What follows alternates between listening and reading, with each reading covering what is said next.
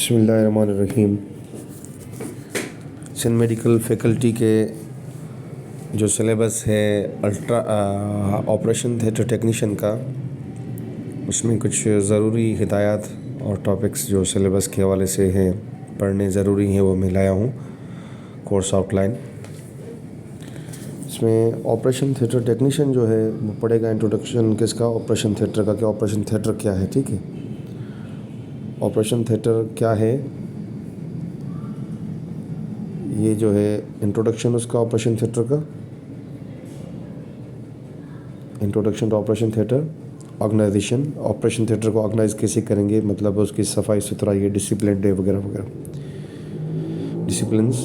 उसके बाद ड्रेसिंग क्या है, स्क्रबिंग क्या है, गाउनिंग क्या है, ग्लोविंग क्या है। ये चार जो टर्म्स हैं, ड्रेसिंग, स्क्रबिंग, गाउनिंग, ग्लोइंग, बहुत ज़रूरी है एक टेक्नीशियन के लिए कि उसको पता हो ड्रेसिंग मुझे कैसे करनी है, स्क्रबिंग हैंड्स की कैसे करनी है, गाउन कैसे पहनना है, ग्लव्स कैसे पहनने हैं। ठीक है, ये आपको पढ़ना है।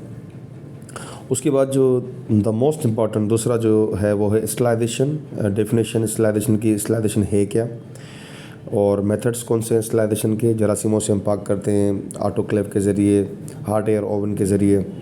स्टलाइजेशन ऑफ डिफरेंट इक्विपमेंट के, मुख्तलिफ इंस्ट्रूमेंट्स को या इक्विपमेंट्स को जब आप ऑटोक्लेव में रखते हैं या आप दूसरा कोई भी आपको इंस्ट्रूमेंट होता है उसमें रखते हैं, कितने मिनट के लिए रखते हैं और कितना टेम्परेचर देते हैं वगैरह वगैरह। ड्यूटीज़ ऑफ टेक्नीशियन, टेक्नीशियन की जो ऑपरेशन थिएटर टेक्नीशियन उसकी क्या क्या ड्यूटीज़ हैं, ठीक है ना।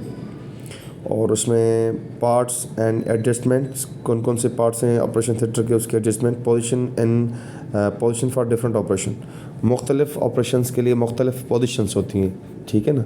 Positions of patients in surgery, ठीक है ना, मुख्तलिफ सर्जरी में पेशेंट्स की मुख्तलिफ पोजीशंस होती हैं। और डायाथर्मी क्या है उसके बारे में पता होना चाहिए।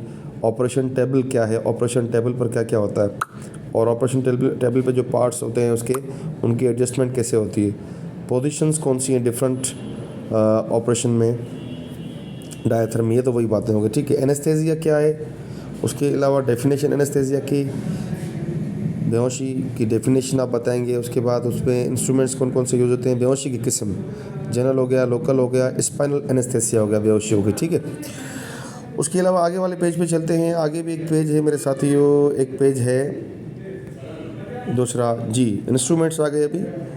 इसमें नंबर 6 पर है जनरल इंस्ट्रूमेंट्स, ठीक है।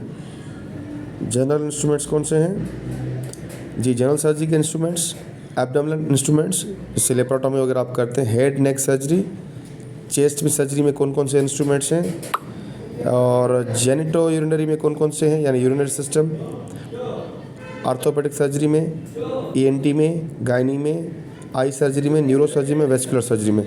तो मैं यहाँ पर आपको बताऊँगा जनरल सर्जरी के इंस्ट्रूमेंट तो आपको ज़रूर याद करने हैं और एब्डोमिनल के बहुत ज़रूरी हैं, ठीक है।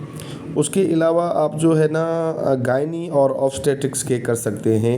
ये तीन तो बहुत लाजमी है आपके लिए कि इनके इंस्ट्रूमेंट्स आपको आने चाहिए। उसके बाद common surgical procedures in brief, कौन कौन से सर्जिकल प्रोसीजर्स हैं, जैसे जनरल सर्जरी है उसमें कौन कौन से प्रोसीजर्स यूज़ की जाते हैं, गायनी और ऑब्स्टेट्रिक्स है उसमें कौन से यूज़ की जाते हैं, ठीक है। और एंडोस्कोपी आप पढ़ेंगे। तो ये लंबा कोर्स है, इतने दिनों में तो होगा नहीं, लेकिन जो ज़रूरी चीज़ें आप उनमें से वो पढ़ लें, ठीक है।